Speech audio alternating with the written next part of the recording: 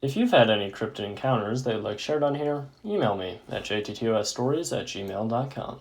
Story 1.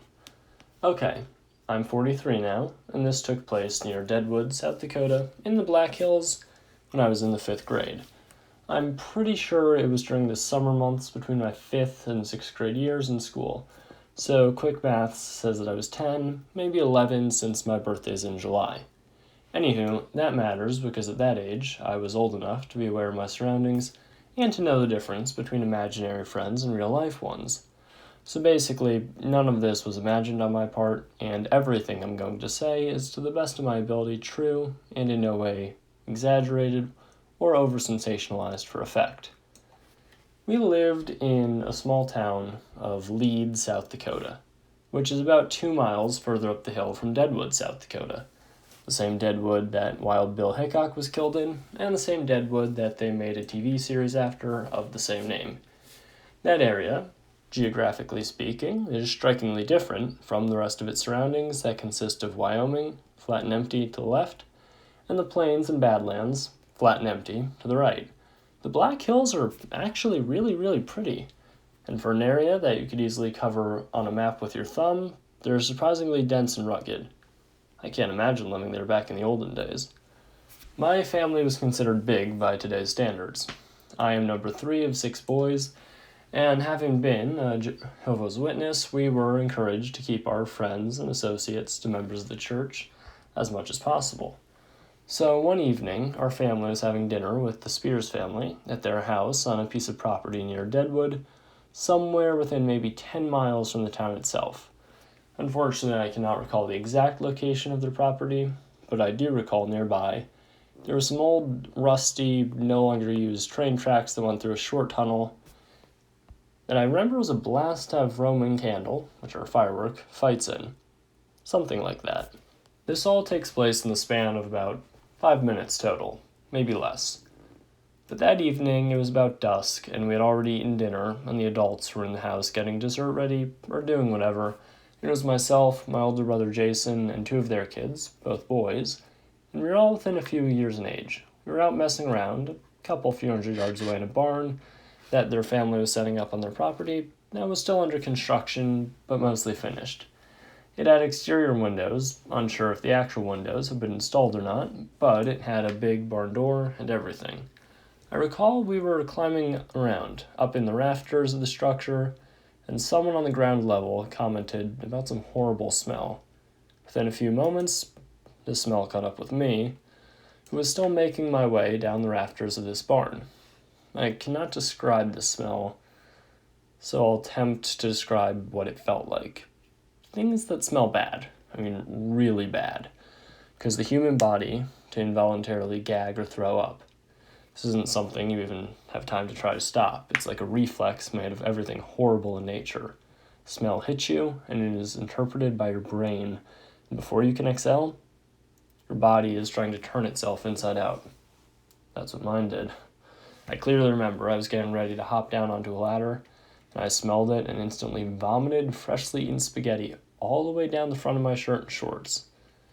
It easily could have been the pie eating contest scene from the movie Stand By Me. Right about when we heard something outside that I'd never heard before and haven't heard since, but it was a big sound. You know the sound the elephant or the howler monkey or the lions make at a zoo? This was no different. It shook the earth. You could hear it. You could also feel it inside your body. It was something alive, and it was huge. Right about then, I was motionless, as we all were, staring at each other wide-eyed, and while I was standing up in the rafters, the entire structure creaked and groaned as the exterior wall was pushed on from my left to right. It was violent enough that I had to quickly kneel down and grasp the wood beam I was standing on to keep from falling to the ground. I probably moved 6 to 8 inches laterally. That's a lot of movement for a single-story structure attached to a foundation to move. The dog was going nuts. Its fur was standing up straight on its back, and it was in a defensive posture, holding its ground, looking directly at the place on the broad side of the barn that this sound came from and the movement originated from, with a big barn door behind it. I hopped down onto the ground and had one of those moments of clarity thoughts. Is this about to come through the wall? As my brother and the two boys we were with started scrambling to find something, anything, to defend ourselves with. I think I ended up holding a rusty pair of garden shears or something. I recall the dog, a nice-sized German shepherd, turned towards the door and ran out and rounded the corner with a very offensive posture. It was obvious it was going to protect its humans or die trying. I'm in my mid-40s, and I've never witnessed that kind of split-second bravery, even in a human. One of the boys ran after the dog, clearly concerned that it was now in danger, and we all ran out of the barn with our makeshift torches and pitchforks, minus the torches, in an attempt to do something, anything, to investigate the dog having put itself in harm's way. Right behind the barn, there were bushes and this hill that started up pretty steep, like a 45-degree angle. It was steep enough to climb up, but also steep enough that it would have been a major pain to do so. It was all overgrown with bushes and trees. We round the corner of the barn, and all I see is a very tall, dark figure that resembled a 10-foot-tall football player with its uniform and helmet, or a dark-colored ghillie suit. It turned, and it ran full speed on two legs. I clearly recall that it was grasping and swatting, while breaking through the trees and bushes in its way, up this steep hillside. It was like a cartoon. The dark figure runs up the hill, as bushes and trees rustle and break, then it zigs and runs up further as trees and bushes rustle, then zags and runs further as trees crash and break and bushes rustle violently. Whoosh, whoosh, crash, slam, whoosh, snap, boom, crunch, bang, crash. It was up and over this incline in only a few, maybe 10 seconds. This was a mountain, and it ran up it faster than anything I've seen run, ever.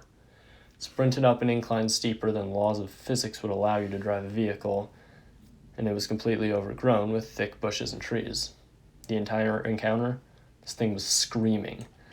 Louder than I could if I were to curl up my lips and bellow as loudly as I can right now.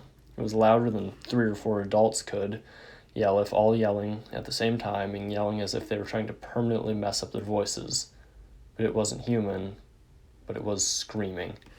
The dog ran back to us after having given up chase a quarter of the way up the hill.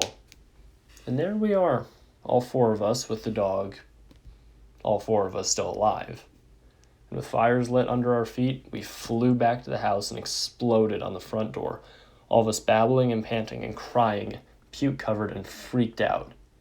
But it was mostly dark by this point, and the adults dismissed us and our story, saying we must have seen an elk or a deer or a bear. No.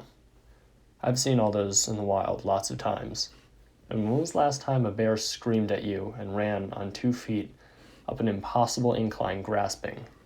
To grasp anything, a thumb-like appendage is mandatory. Bears cannot grasp anything, ever, and they never scream. This story is true, and totally unexaggerated or over-sensationalized for effect. I've had 3 Bigfoot encounters in Pennsylvania. Here's each one. My first encounter was in the woods by Myersville, Pennsylvania. My 2 friends and I were playing paintball and it got dark. It was about 10:30 p.m. in the middle of the summer. I believe it was 2013. We were walking through the field, and my one friend was making random noises. We told him to knock it off, but we were laughing and stuff. Suddenly, I would say about 30 feet behind us max, we heard a howl that ended in this blood-curdling scream. We dropped all our gear, I'm talking several $100s worth of paintball equipment, and ran. I've never ran this much in my life. We kept running till we got out of the field and back onto the street. My one friend and I returned the next morning to retrieve our gear, and we heard wood knocks that came from 2 separate directions. My second encounter happened in the summer of 2015 at night at the Jockey Hollow boat launch at the Uhaugany River Lake. It'll be easier to understand the details if you look it up on Google Maps. My parents and I were night fishing. We were the only ones there. I walked to the part of the parking lot where the road enters, when all of a sudden a steer jumped down and slammed right onto the concrete, immediately got off and ran off. I felt uneasy, as it was such a strange, random thing, so I walked back to my parents on the other side of the parking lot. About 10 minutes go by when all of a sudden we hear what sounds a lot like a chimpanzee, but much darker. Like that ooh, ah, ah, ah that chimps do, but with much more snorting mixed in, very deep. Where it was on the side of the parking lot that's lined with thick bush. My father, who had hunted for over 40 years, was even on edge. He turned the car on and pointed the lights in the direction, but it was too far back to see anything. Where this thing had to have been at the water, which is at least 4 to 5 feet deep that time of year. After that, it stopped. About another 20 minutes go by, and right in front of me, in the water, lands a rock that had to be at least the size of a volleyball. I had a lantern on the ground, so I only caught a glimpse as it hit, but I knew it was large from the splash. I know it was a rock. After that, we left. My last encounter was, again, outside of Myersville, Pennsylvania. My friend and I were hunting on his aunt's property. After we parked, we start up a hill that gets steep. Where the wood line starts, we split up.